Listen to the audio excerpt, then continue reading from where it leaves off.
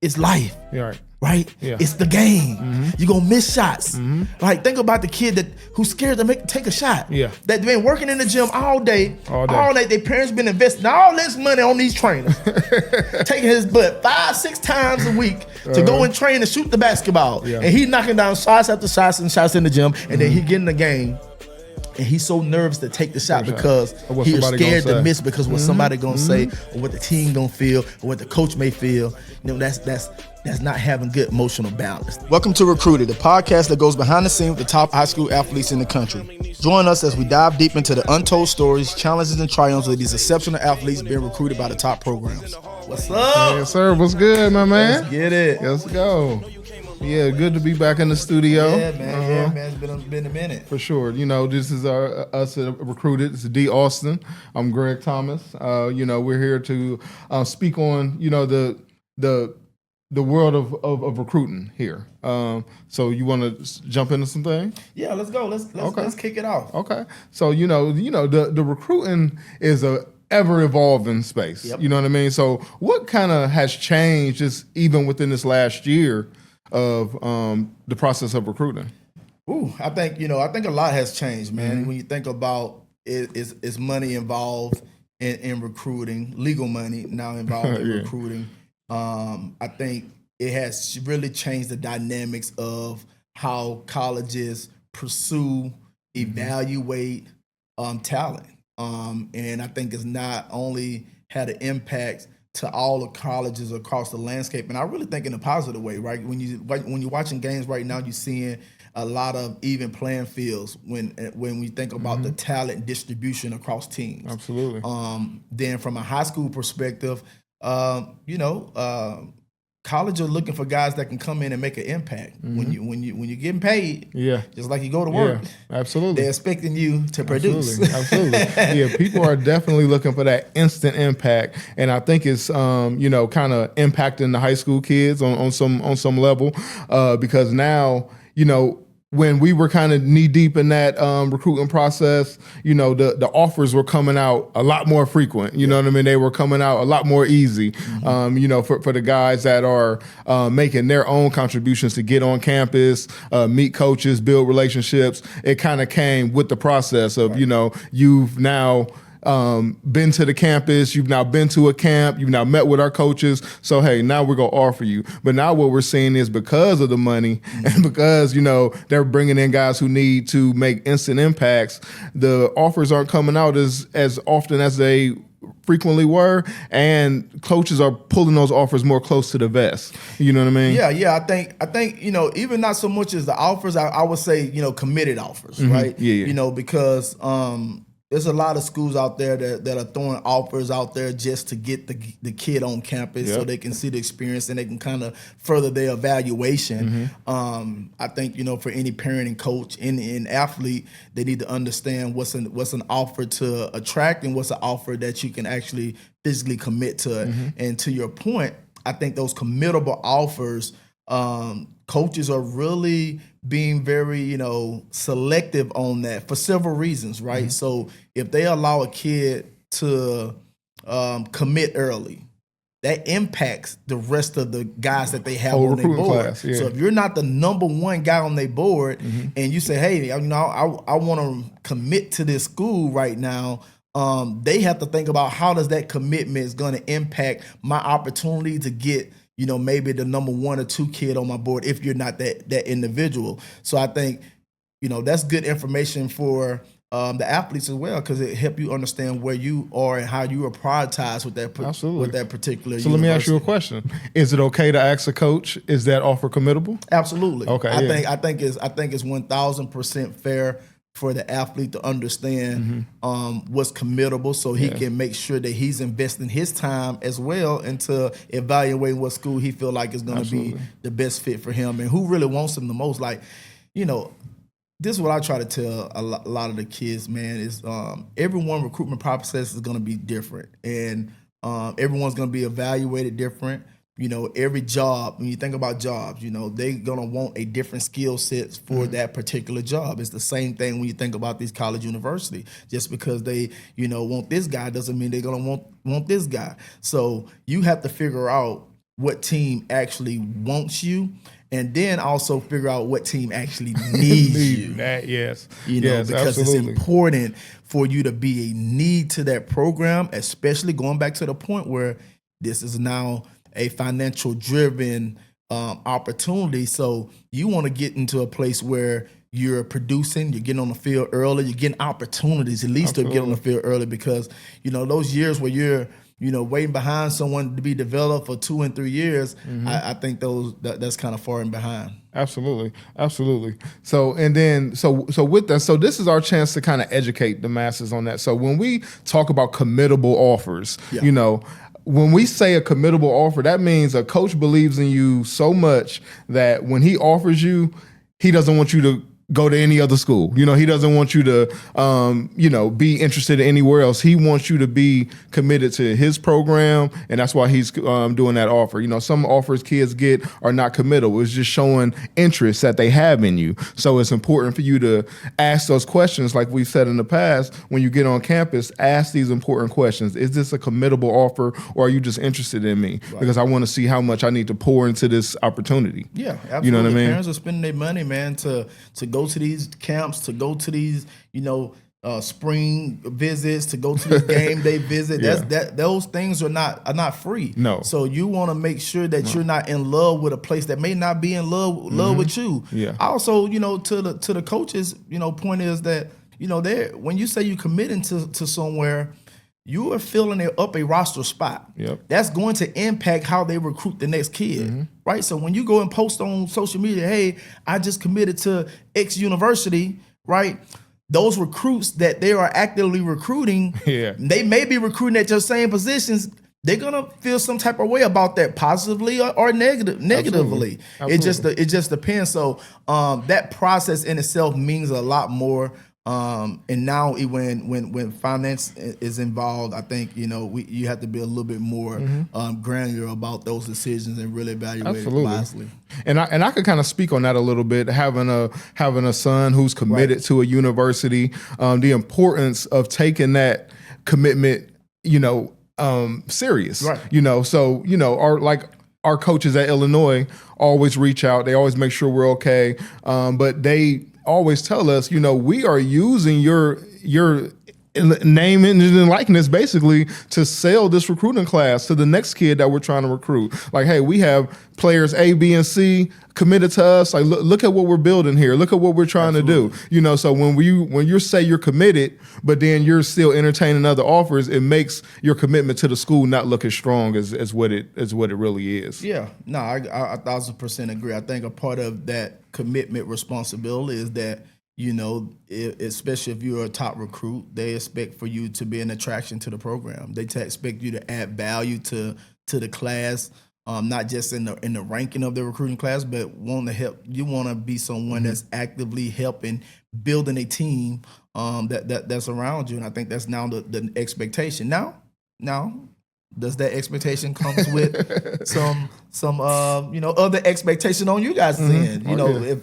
If they're going to utilize the athlete to help build out that class and utilize their name, image, and likeness to establish their position with other recruits, do you feel that that should come with some incentives?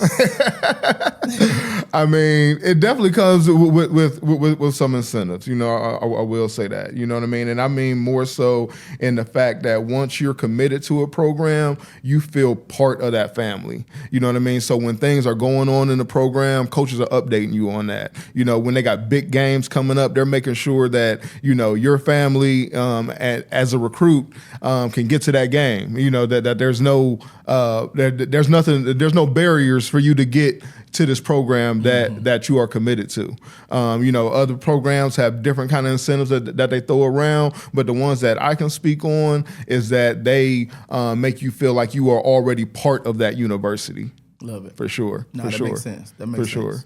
And so one of the big things. Hold on, before you move on. Okay. So what's your thought process on shutting down your recruitment once you make that commitment? I'm interested to hear your perspective on once you make that commitment, do you not entertain any other opportunities, knowing that the school's going to entertain other athletes. What's your thoughts on that? It's kind of a two-way street. You know what I'm saying? It really is. It's kind of a two-way street because when you commit to a school and then you see them still recruiting your position, or you still see them doing things that they said that they wasn't going to do, I think you just have to find that balance. What makes you have, go back to your morals of why you even committed to that school. You know what I mean? Are the things that you're seeing, does that not align with what you believe in? Because if that's the case, if they're doing things that you maybe don't believe in your recruitment, then maybe, your commitment, you can have some temptation. Right. You can have some things like that. But if they are really treating you like part of the program and they are standing by you, making sure you're checking on you after your games every week, making sure you get up to the games, checking in on your family, things like that. If they're still doing those things while you're committed to them, obviously, because they have a job to do too, because it's a big pressure on these coaches to win. Big pressure. It's big pressure on these coaches to win. So, I just feel like as long as they are standing by you and being true to you and not going out their way to find a way to replace you, then I think you should stay committable to that program. Let's talk about that real quick. You touched on it a little bit, and I think that's a spicy topic, right? Okay. It seems as if the tolerance for building a program has the timeline has increased dramatically. Hot seats.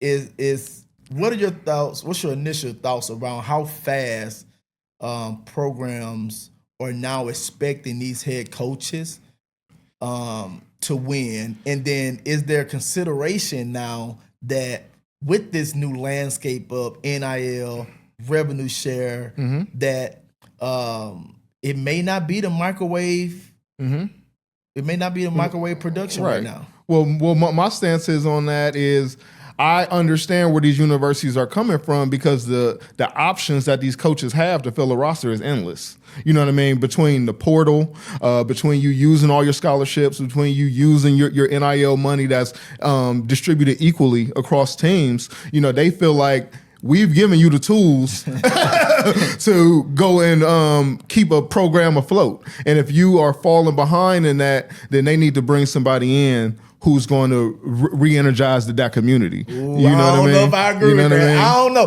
Because this is my thought process. All right. Because what are we not giving you to win? But, okay, you're not giving me more players. Just because I have more funds, just because I have more avenues to be able to bring kids on campus, doesn't mean that I am forming more 5 stars, 4 stars. Like, it's only, there's a limit to how many dogs out there in the world. And now, with everybody having a ticket and having the ability to be an attraction to those individuals who can be program impactful, they're spread out more now. Yeah, absolutely. They're not hoarded within a couple of 1 or 2 universities. So I feel like some coaches should have the opportunity to have some grace to be able to develop, because now the landscape of talent is spread out a little bit more, like almost like high school now. Like you don't find like all the stars at one high school now. And with us open up the revenue share, the NIL, things like that, now all programs can be attractive, right? To all different types of talent in different ways. So I don't see where someone can just hoard all the talent, which makes college football, let me just say this, which makes college football so much more competitive and so much better to watch, because you never know who's gonna win that game. Because the people that you don't know about on that roster could be dogs. And sometimes those 5 stars and 4 stars, those are just stars. The absolute parity is happening. I mean, the parity is here. Yeah. It's definitely happening. I just believe that the fan bases and the donors of these programs feel like they're giving you the tool. It used to be the players you got, that's kind of that's the roster that you got. But now you can go out and pick a car from here, pick a car from here, pick a car from here when this one don't work out. So they're not giving you as much grace because you have way more options. That's just the way that I look at it. That's a good point. That's a good point. But just because you have more options, doesn't mean those options are that talented either to be able to come into that program and be impactful. So I have all the means to go out and get talent. I have all the means to go out and get this talent. But doesn't mean that all that talent is gonna pan out. And whereas some program back in the day, you know what I'm saying? Let me see how I can use this in layman terms. Let me see how I can use this as a layman term. The big baller go to the club. Yeah. The big baller goes to the club. He's the star of the neighborhood. He's the star of the neighborhood. Right. When he goes into the club, he's gonna be able to get the pick of the litter. Absolutely. Right? When he walk in there, he know I can get her, and her. Right. Right? I can hoard the talent. Right.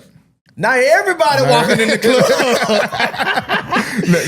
Everybody walking now in your the table club ain't as big as it used to be. Now everybody walking in the club with a little jewelry on, Absolutely. you know what I'm saying, little diamonds on, looking nice and clean.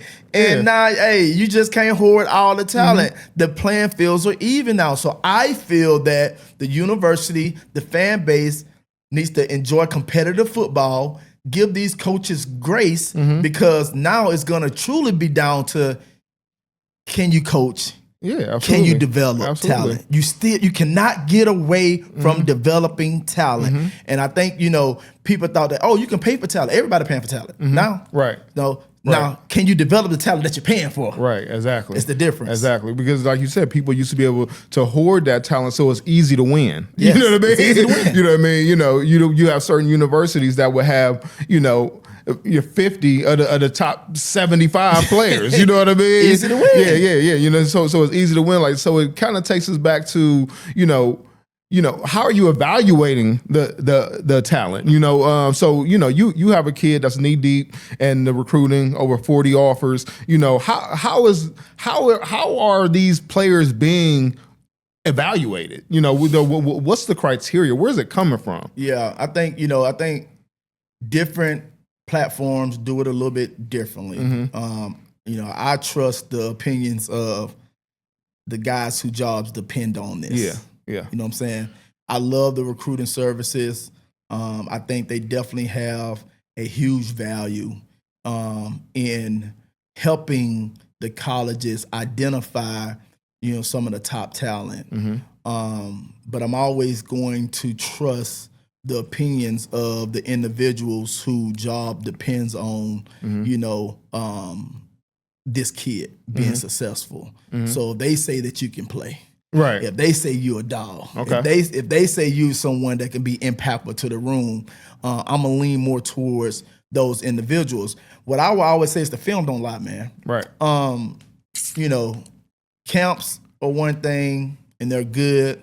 At certain positions, I think they have real good value, especially if you're playing in an area where you may not be going up against some of the best talent. So, for example, my son, Ace, we play in Ohio. Great football in Ohio. Our playoff conference is one of the top 5 toughest conference in the country. But also, and coupled with that, in the summertime, I'm making sure that he's competing on the circuit. Right. Because I also want him to go against the top quarterbacks in the country, the top receivers in the country, not just to showcase that he can do it, so he can also evaluate himself, what he needs to learn, what skill sets that he need to get better at so he can be more productive at the next level. So when you can prove that you can produce, in the biggest games, on the biggest stages, in a state that is, built around football, is a priority, and then you can go compete against the top talent in things like the circuit. I think that should give colleges or evaluators a comfortable feeling that kid is one of the top kids in the country. Absolutely, because one of the things that I want to do this time around is bring some of these evaluators on the show and kind of speak to our fan base about what are they evaluating. Right. You know what I mean? Because there's so many things that go into it. You have, your measurables, you have your level of competition, you have your film that don't lie. You have your camp participation that these recruiting services kind of try to bring kids towards to get that recruiting evaluation. And so I want to kind of sit down and understand how that process works, because you have some kids who compete at the highest level, and then you have some kids who compete with kids who graduate with 35 kids in their high school.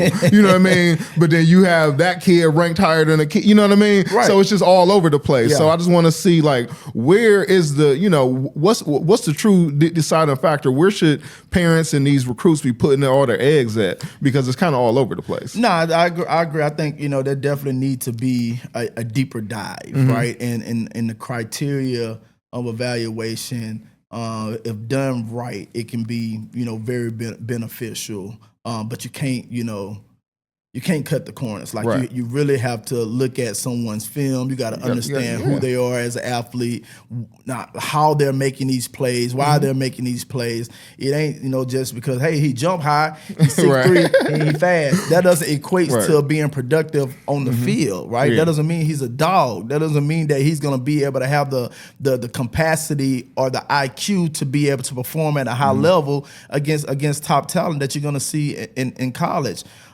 Yes, those measurables and things like that definitely helps.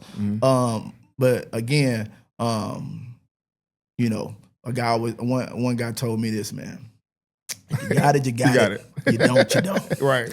And you know if you got it. And you can tell if somebody got it because they're consistent at getting it all the time. And some things, what I'm seeing now is, as we're getting older, we're seeing a lot of the players that we grew up watching now have kids that are playing. So some of the hot button topics that we see, we have, particular quarterbacks around the country who are not performing to the way that they were elevated to be. You know what I mean? And I think a lot of that comes from the evaluation process, because those certain players are elevated because of their name, but they went through the process and didn't compete in camps. They didn't play the highest level of competition. So now when you see them on campus versus other dudes, it's a learning curve there. You can't hide it, man. At some point, you're gonna have to be okay with your son failing, right? You know me. We moved from Kentucky, from park ball Kentucky, over to Ohio football, park ball, just so we can be battle tested. Right. We decided not to go to high school in Kentucky, and nothing against Kentucky, but. We wanted to go and play, high level football. So we came to Ohio. You go and put yourself on the circuit and OT7, things like that, where it's going to bring some of the top talent, and you got to be okay with the results that kid gets, because it's never going to be a loss if you look at it the right way, right? You either gonna go and kill everything, or you're gonna go and you're gonna learn some things about yourself that you can go and work on in the off season to prepare yourself to be better. The worst thing you can do is to be unknown, though. Oh no, it's to be unknown, because then you are unknown, and then you may get these ratings and things for for some type of reason that you haven't really been tested, and you get in these situations. And then you the higher you are, the harder your fall. That's what my mama always said. All reps are important. All reps are important, especially when you're getting reps and you're competing at the highest level, and you're not afraid to go compete. That's one of the things that I value in kids. When I see kids who are active on social media, you know what I mean? We can speak on that a little bit too. The kids who are active on social media are kids that are posting content about the way that they're competing, the way that they're working out, posting their film, doing that. They're not afraid to be seen. They're not afraid to be evaluated.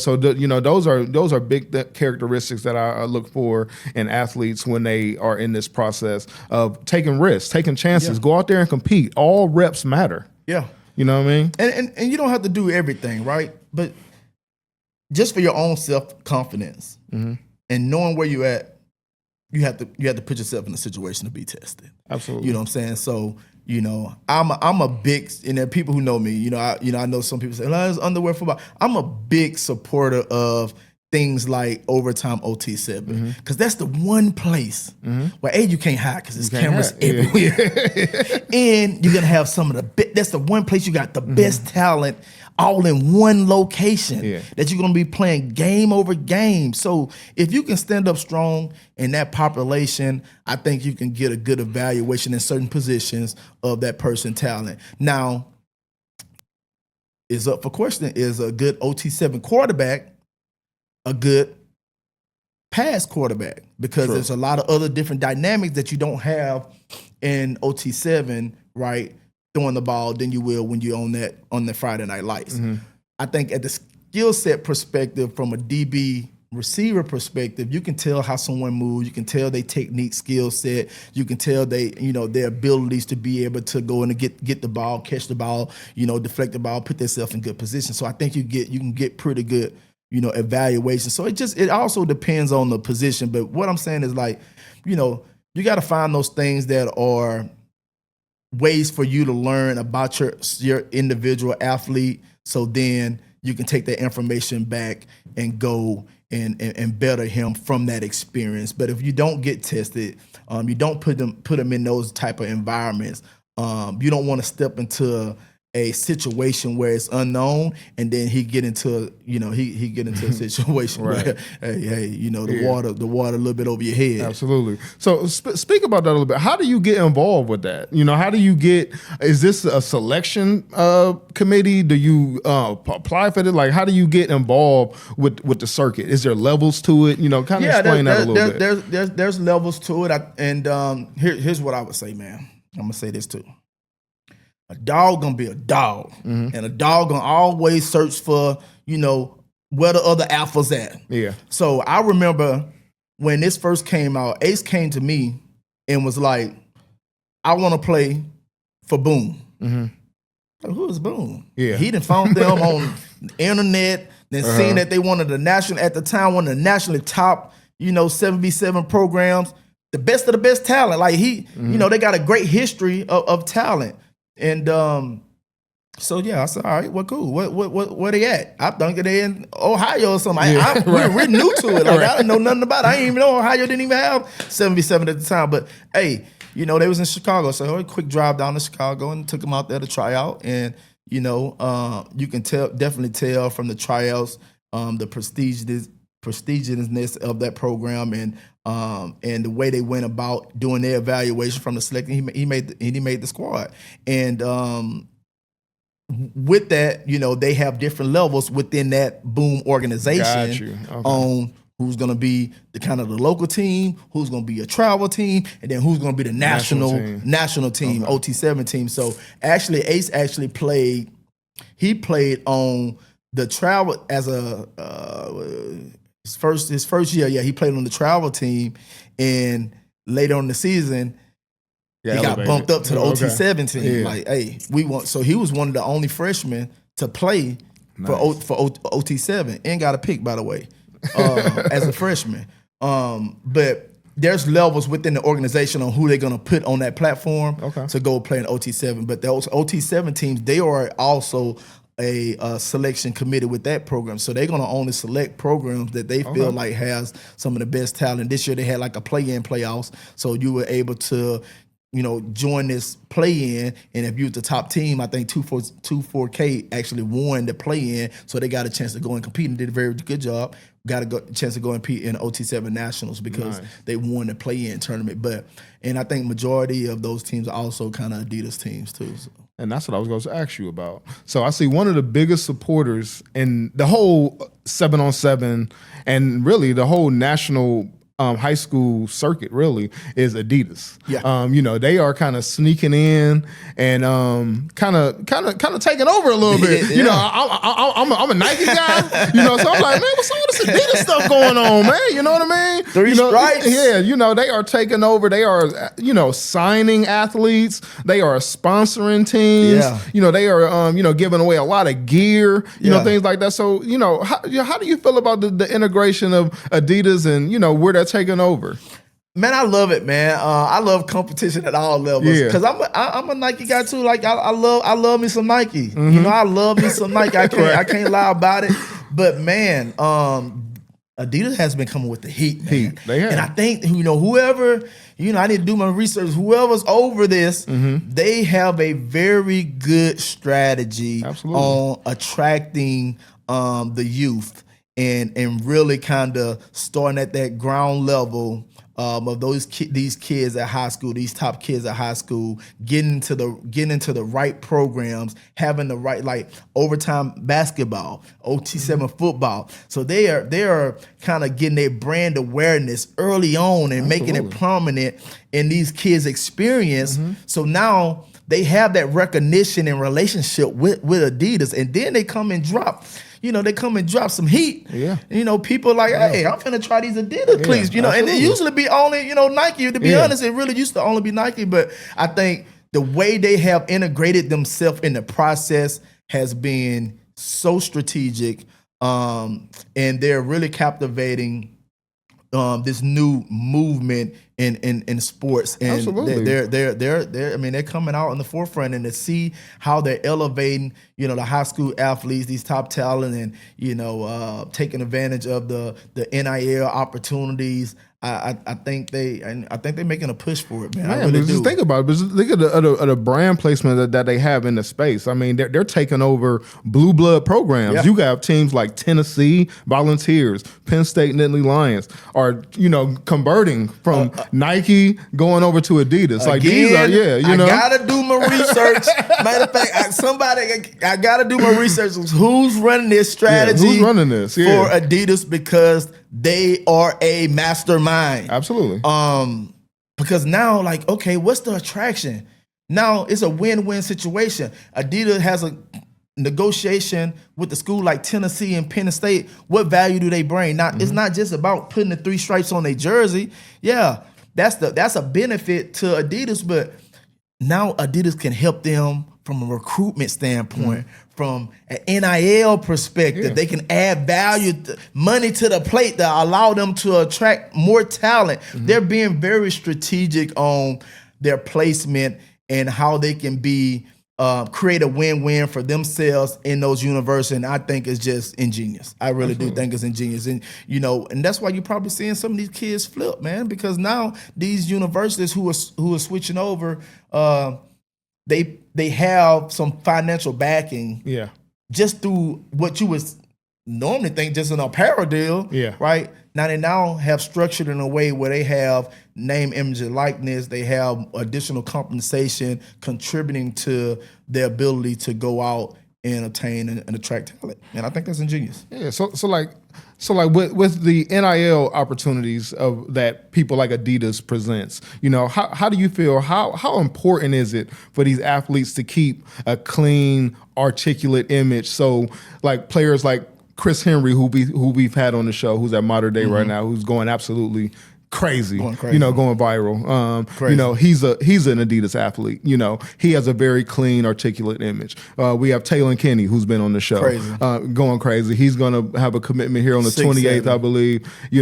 Top point guard in the country, very clean, articulate image. Speak on a little bit. How important is that to these players coming up for their NIL evaluations and things like that, opportunities? First thing first.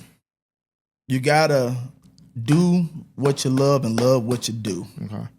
I think, these kids exemplifies individuals who work extremely hard to master a skill set. Yeah. And I think brands, when you couple that with someone who do the right things, they say the right things, they carry themselves the right way. Right. They treat people the right way, and they have an elite skill set that creates attraction.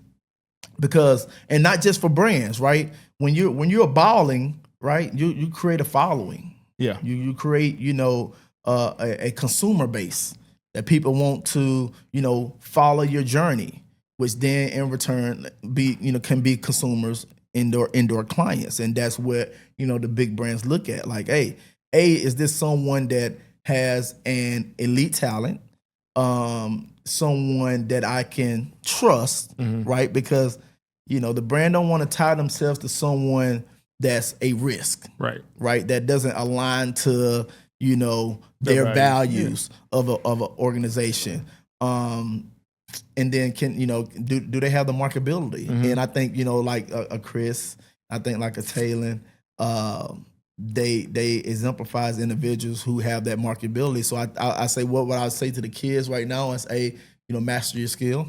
First and foremost, master your skill.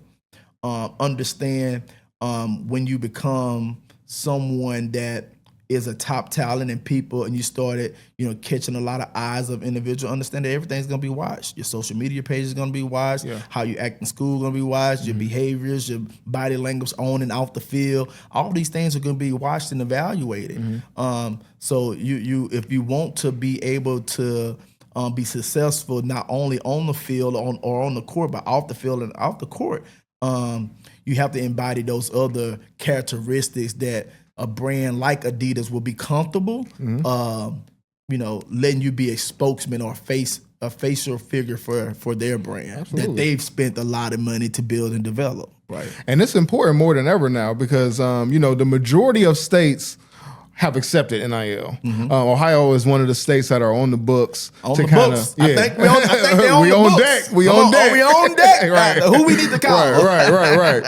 So it's more important than ever for these kids to kind of go through media training, just put yourself in a position that when these opportunities do come, that they are ready to take advantage of these opportunities because it's coming. You know what I'm saying?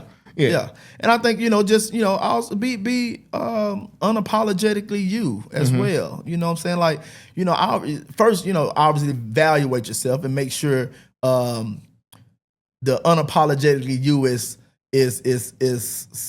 the brand that you want to present to others. Okay. Because, I say that be unapologetically you, but being unapologetically you meaning that it ain't gonna be attracted to brands you may want to evaluate being unapologetically you. So I'm gonna take that back a little bit. Just let's make sure that if that's what the space you want to operate in, you do that evaluation and make sure that you're presenting yourself in a form or fashion where you will be attracted to brands. But when I say being unapologetic, you do the things that you like to do. Yeah. Naturally, if you're someone that's into fashion, be in fashion. Yeah. Show that fashion. And there's nothing wrong with going to your Friday on school days on Friday. Putting your game day fit on. Right. If you're into fashion, if you're into weightlifting or training or lotions or hair products or whatever it may be. Showcase your ability to utilize you never know who's watching. Because you never know. You never know who's watching, and a lot of these kids are great looking kids, smart kids, and they want wholesome images. Representing their brand. Show your lifestyle, man. Like that's basically what I'm saying. Like is you got the phone on you all day long. Pick it up, record something. You got your story, right? So on your story, just don't repost. Here's the game of the night, or here's the game, game of the week, or hey, my guy just made 3 tackles, or the images of the game, which is cool, showing your flicks of the game. Right. But what else? You're not just a football player. You're not just a basketball player. Do you go to church? Yeah. Do you hang out at the park? Do you like eating seafood? Do you go to these restaurants? You like what? Who are you as a person? Right. Try to take your story, your social media page, and allow that to help sell your story of who you is as a person outside of football. Absolutely. And I think that's what's going to be attractive to brands. Because mental health right now is important for these athletes. Yeah. Because they are so they're so visible now. So their identity as an athlete comes so early now. And that mental health piece is so important.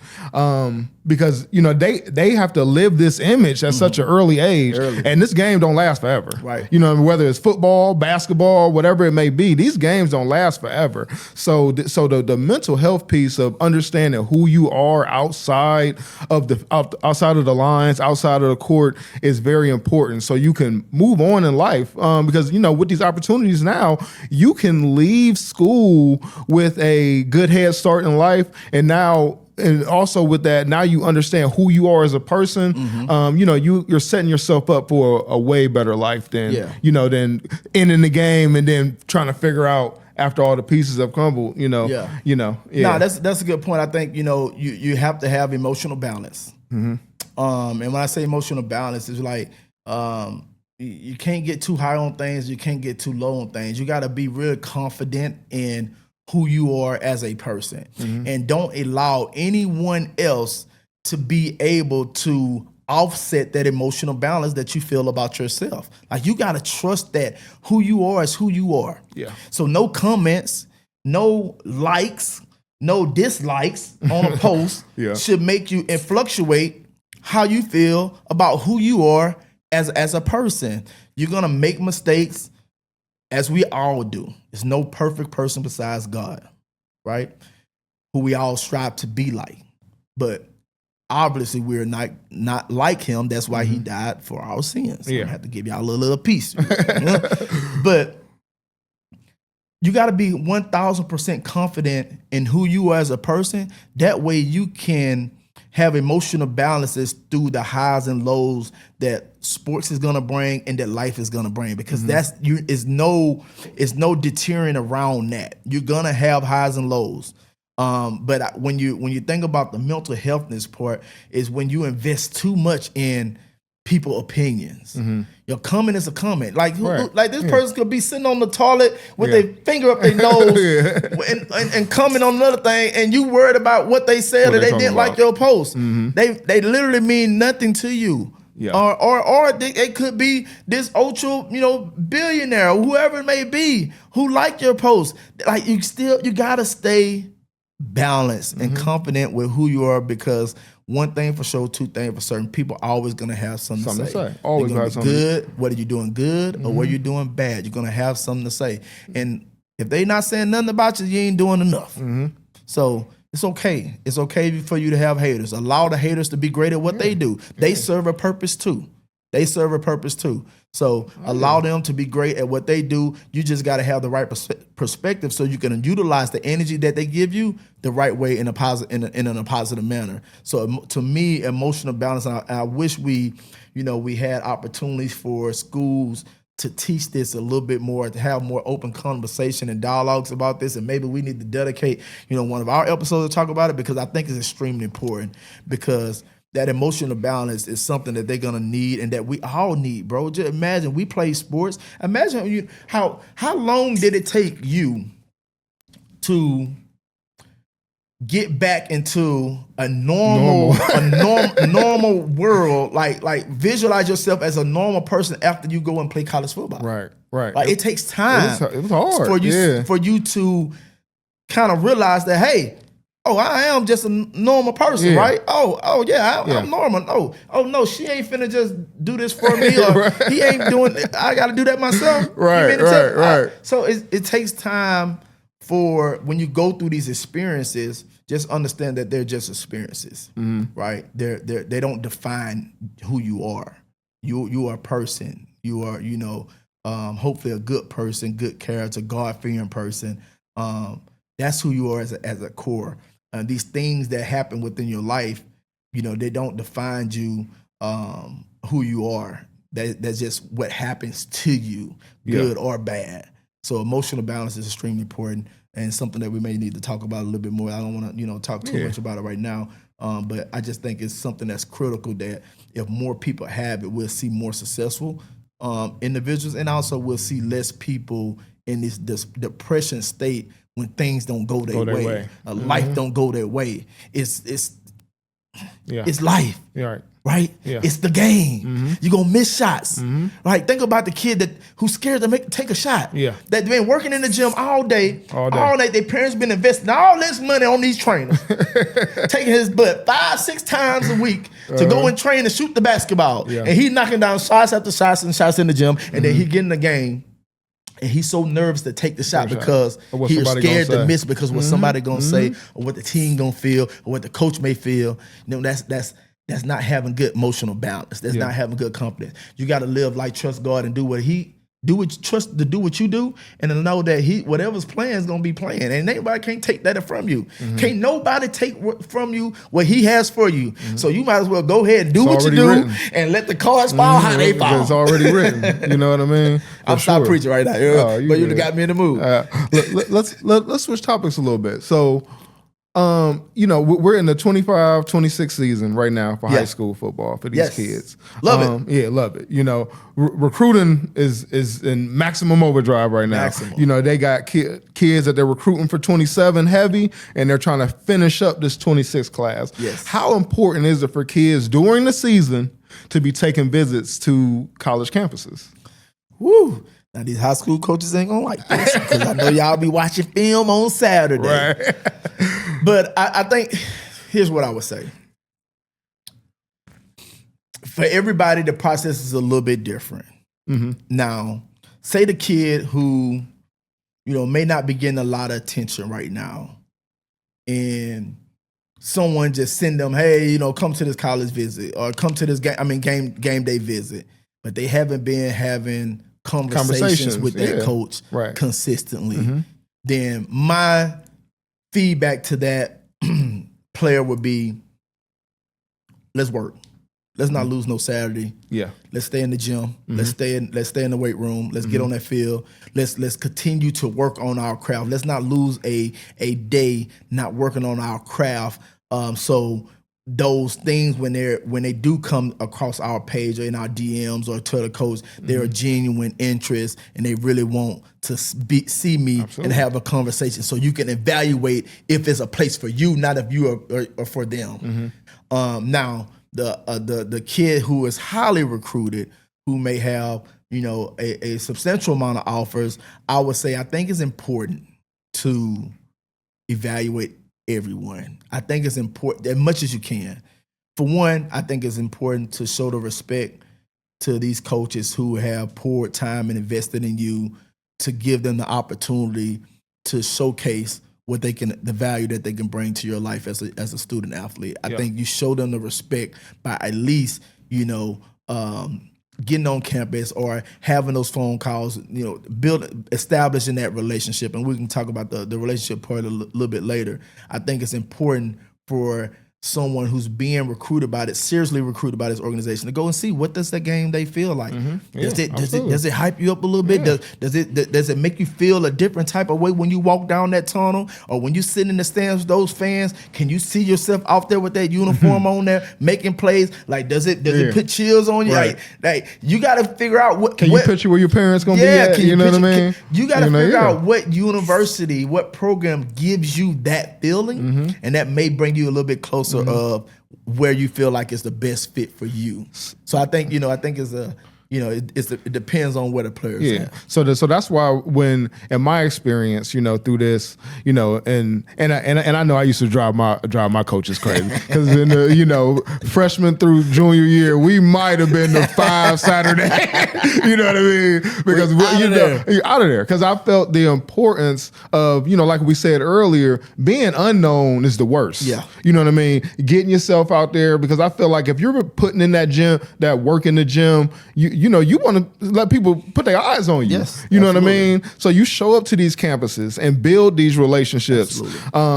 So when you do, now, we're in cruise control right now, obviously because we're committed, but then we had been to so many places when it got time to really narrow down where we wanted to put our focus, we didn't have to go to 20 different places. We already been there. Right. We already been there. You had enough information to make a we had enough good information. decision. And when we go to these visits, this is very important for the people out there. Don't just answer a DM and say, okay, we'll be there. Throughout that week, you got to build rapport with that coach. You got to see where you are, in their recruiting process. Are you a target, or are you just somebody that's coming on a game day? Because, they got jobs to do too. Absolutely. It's their job to fill these recruiting places. Absolutely. So are you just a kid that's going to watch the game, or are you a kid that they're going to take on a tour? Are you going to go to the coach's office? Are you going to go sit down with your position position coach, break down film, things like that. Those are things that I like to do on visits. I don't like to just go on no visit.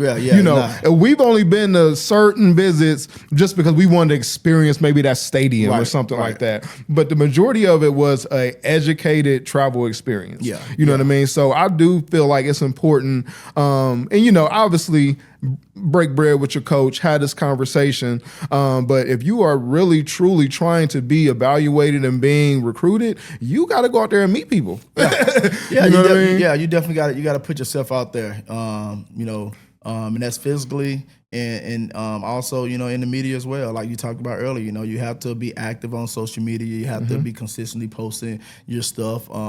The worst thing you want to be is unknown. Unknown. So I agree with that. I just think that you want to really evaluate what that relationship, right? Because you can watch the game from the house. You can watch the game on TV. So if you're just going to watch the game and you're just going to be somebody watching the game, I prefer you to go work on your craft, go tune in and watch the game. But if you're someone who is a priority to that university, that they're gonna give you some time with the head coach before the game and your position coach before the game, and they're gonna trying to show you what that experience to help you visualize yourself in that situation. I think you have to take advantage of all of those opportunities, and you don't want to leave any of those opportunities for granted, because it may be that one. And back to the relationship piece too, like we talked about this before the show a little bit, is the relationship in college football, relationship with player recruit is so important.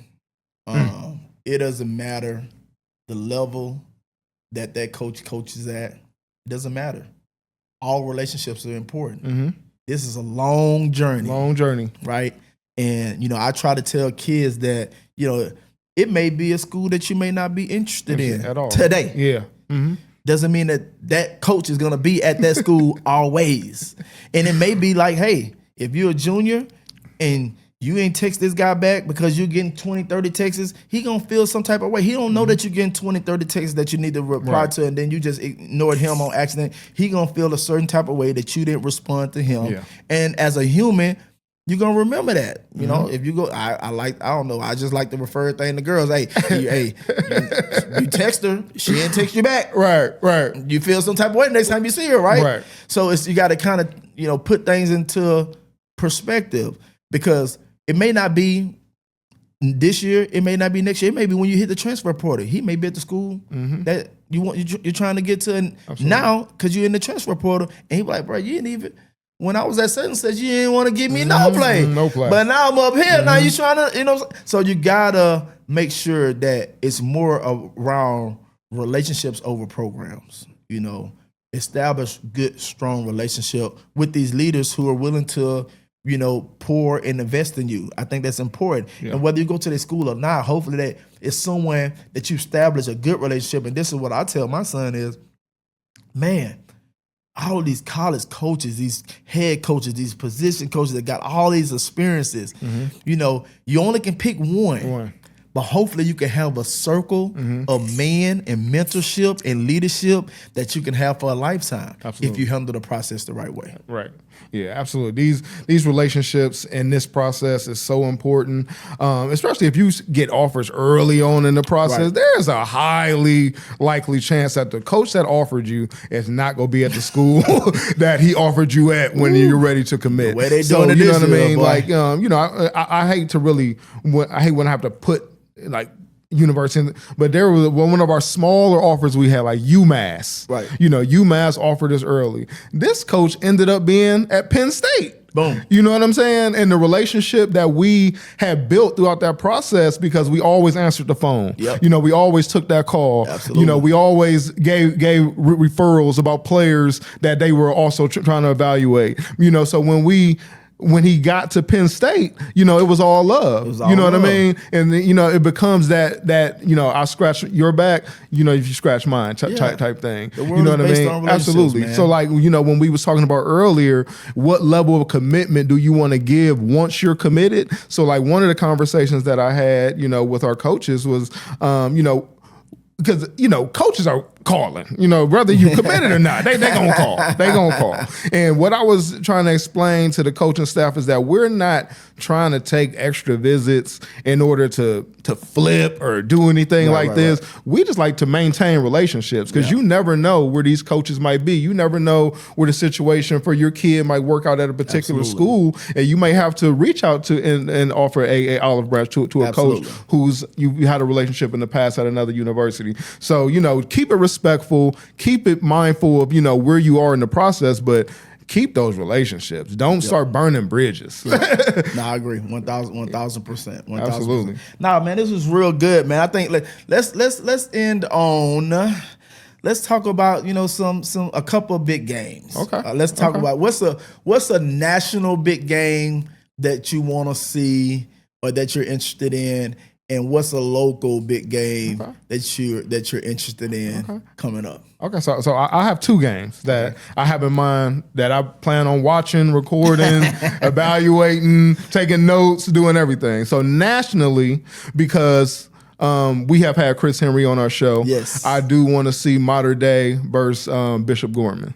You know what I mean? Chris versus Jet. Yeah. They have a top recruit there. I believe he's committed to Oregon. Yeah. Jet Washington. Who hopefully we can get you on the show, Jet. You know what I'm saying? Coming for you. We coming for you. But I want to see that just because, you went down to kind of see Modern Day because you have some relationship with Chris, and just you explaining to me the level of caliber of athlete that they have out there, especially in the trenches. Yeah, you know what I'm saying. But I just want to see that that national matchup because you have D1 athletes all over the field. Yeah. I just love to see fast, aggressive, violent football. You know what I mean? It's good. It'll be real good. Yeah. From what I've seen from Modern Day, the offensive line and defensive line, look, they played college already. They definitely got skilled guys on the edge, and it'll be a good game. And from what I know from Bishop, they've always had very good program. Absolutely. And actually, I share with you, Jet and his dad and I,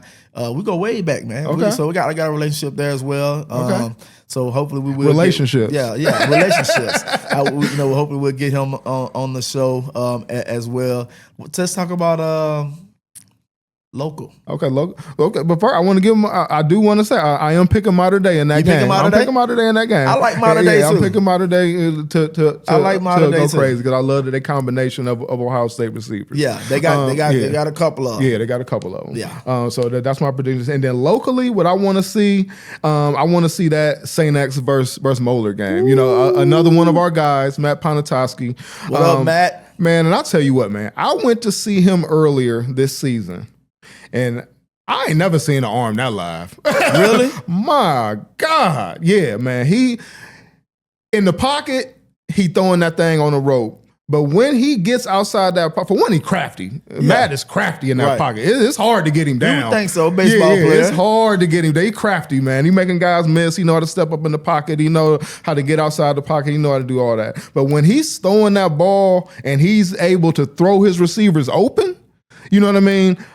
It's special to watch. You know what I mean? And then obviously we played St. X and watching their defense live, they have some major athletes on that side of the ball. So that's a game I really want to see. Who's a standout? Do you know any standout players from St. X? Yeah. They have Kobe Clapper over on that side. He's a name commit. They also have a Wisconsin commit, I believe, at linebacker, and a few other guys that can play. So it'll be a good game. Yeah, it's gonna be a real good game. I got Moeller.